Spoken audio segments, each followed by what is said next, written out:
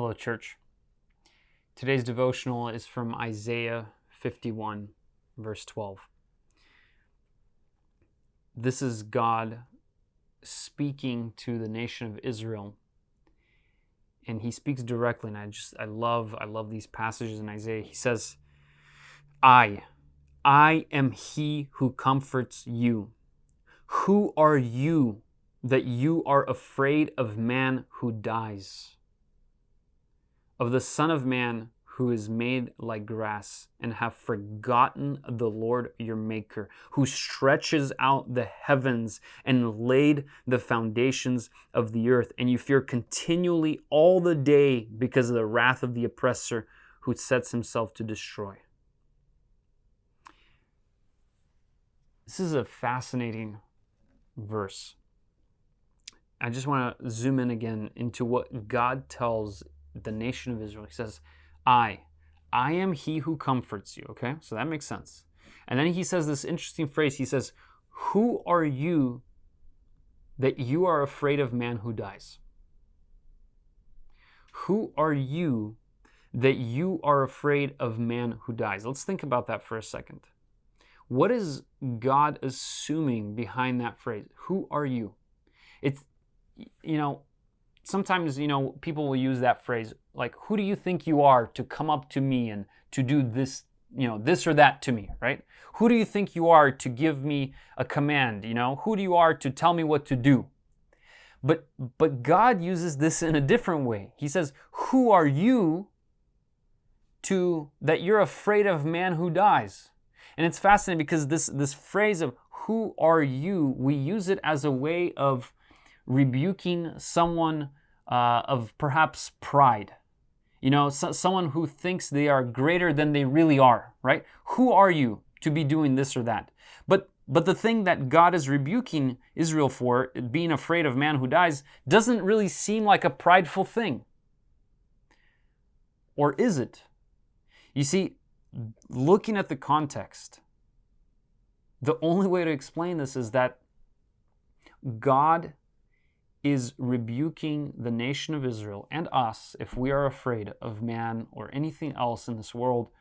He's rebuking us because he's saying, when we are afraid of things, when we fear man, politics, coronavirus, whatever it is, when we live in fear, we essentially are forgetting about God and his sovereign rule. And we see that in the context. It says, who are you that you are afraid of man who dies, and of the Son of Man who is made like grass, and have forgotten the Lord?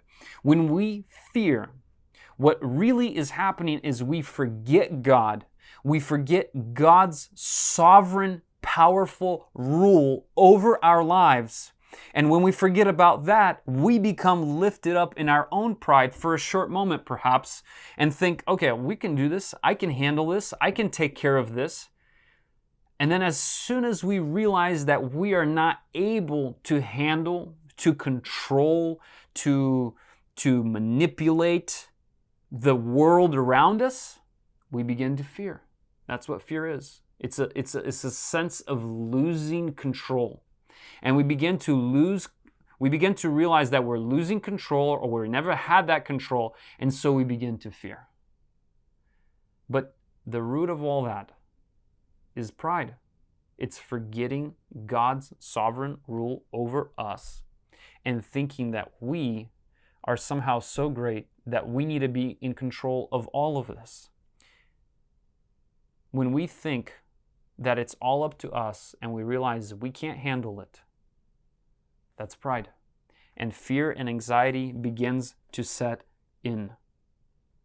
And it's fascinating because in the Bible we see so many of these different situations of where people, completely forgetting about God, begin to think that it's completely up to them and begin to act out of this fear and anxiety and end up making very serious mistakes. For example, Saul.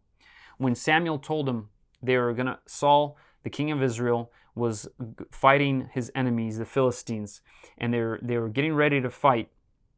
And Samuel told Saul, the prophet of God Samuel told Saul, King Saul, to wait. says, wait, I'm going to come. I'm going to do the sacrifice. We're going to invite God's presence and favor, and we're going to go fight. Saul waited, and he seen people leaving. His forces were discouraged. They were demoralized. They were leaving, and Saul was afraid. And so Saul, instead of relying on God and the sovereign rule of God, started to try to take things into his own hands. His own pride set in. He said, I got this. I can do this. And out of fear and anxiety, he began to act. And he began to do whatever he could possibly do while not trusting God. And so on the seventh day, he ended up, he said, well, Samuel's not here. I'm going to make the sacrifice myself. And so he does the sacrifice. He performs it, supposedly to help himself. And as soon as he's done with the sacrifice, in this great just irony that the Bible is so full of, Samuel arrives on scene. And he sees what Saul has done. He says, why have you done this? Why have you disobeyed the word of the Lord? Why did you not trust God? Look, all you had to do was wait just a couple of more hours. Acting out of fear, acting out of anxiety, out of a distrust of God will land us in really bad spots.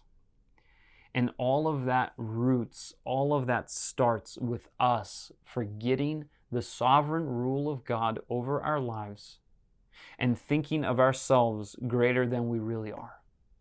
You see,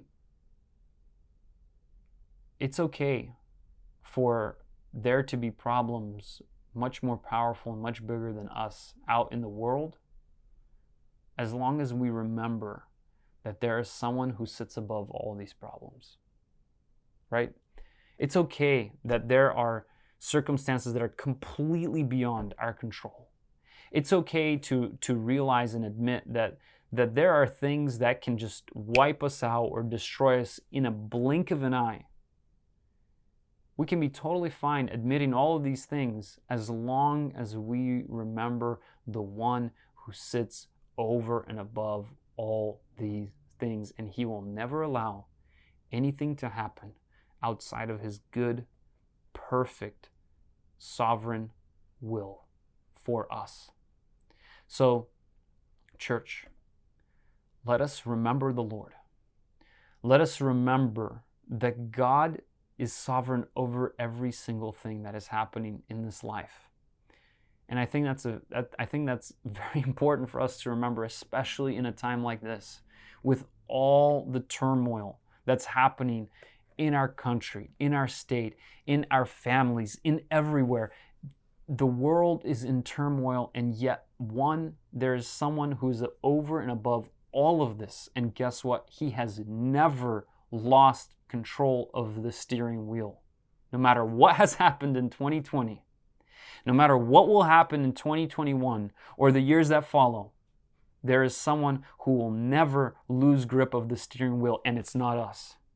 And it's not the president, and it's not some organization or some political party or people or anybody else, but it is only God.